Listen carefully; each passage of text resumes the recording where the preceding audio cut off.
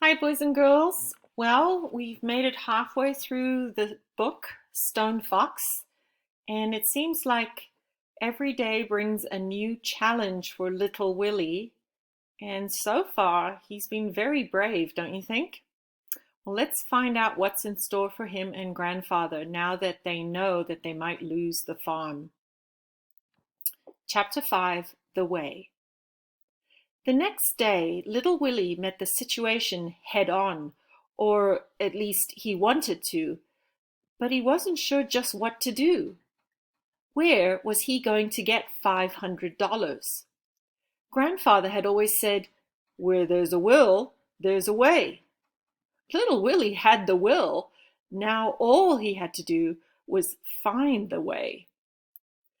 "Of all the stupid things," cried Doc Smith. "Not paying his taxes. Let this be a lesson to you, Willie." "But the potatoes barely bring in enough money to live on," explained little Willie. "We went broke last year." "Doesn't matter. Taxes gotta be paid, whether we like it or not. And believe me, I don't know of anybody who likes it." "Then why do we have them in the first place?" "Because it's the way the state gets its money." "Why don't they grow potatoes like Grandfather does?" Doc Smith laughed. "They have more important things to do than grow potatoes," she explained. "Like what?" "Like taking care of us. Grandfather says we should take care of ourselves. But not all people can take care of themselves. Like the sick, like your grandfather. I can take care of him. He took care of me when my mother died. Now I'm taking care of him." "But what if something should happen to you?" "Oh." Little Willie thought about this.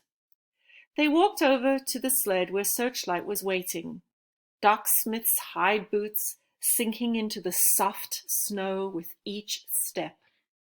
Little Willie brushed the snow off Searchlight's back. Then he asked, "Owing all this money is the reason Grandfather got sick, isn't it?" "I believe it is, Willie," she agreed. "So if I pay the taxes, Grandfather will get better, won't he?" Doc Smith rubbed the wrinkles below her eyes.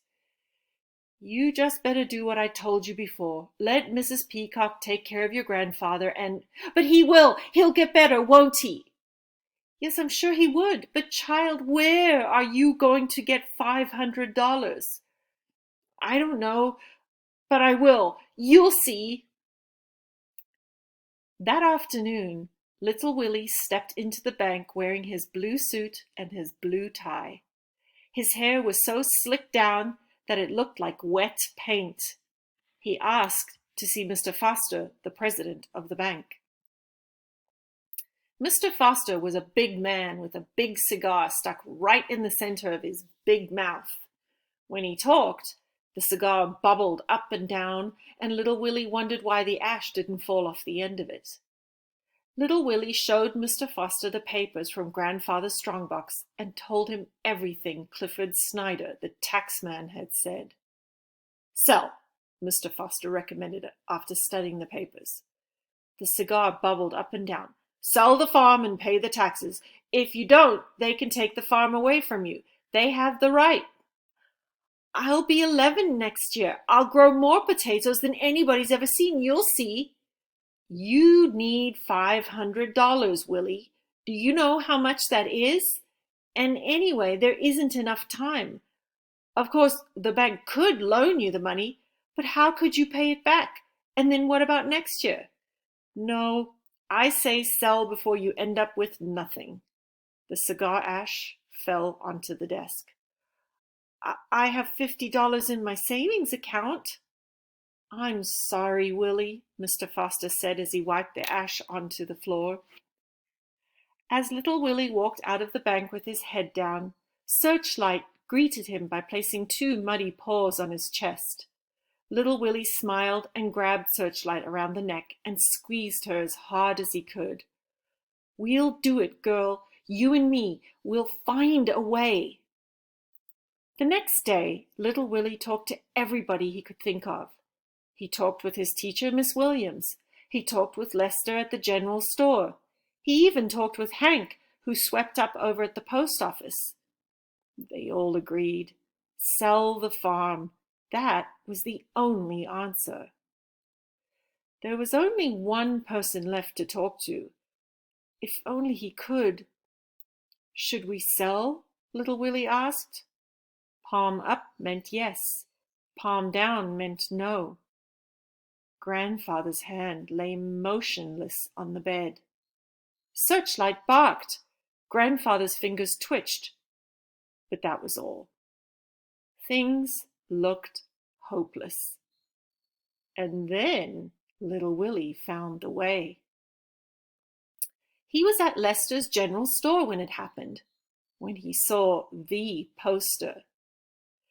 Every February, the National Dog Sled Races were held in Jackson, Wyoming. People came from all over to enter the race, and some of the finest dog teams in the country were represented. It was an open race. Any number of dogs could be entered, even one. The race covered 10 miles of snow-covered countryside, starting and ending on Main Street right in front of the old church. There was a cash prize for the winner. The amount varied from year to year. This year, it just happened to be $500. Sure, Lester said as he pried the nail loose and handed little Willie the poster. I'll pick up another at the mayor's office. Lester was skinny but strong, wore a white apron, and talked with saliva on his lips. Gonna be a good one this year. They say that mountain man, the Indian called Stone Fox, might come. Never lost a race. No wonder, with 5 Samoyeds. But little Willie wasn't listening as he ran out of the store, clutching the poster in his hand. Thank you, Lester, thank you! Grandfather's eyes were fixed on the ceiling.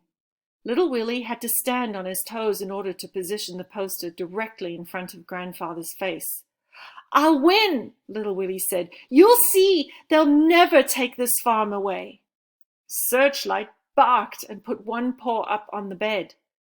Grandfather closed his eyes, squeezing out a tear that rolled down and filled up his ear. Little Willie gave Grandfather a big hug, and Searchlight barked again.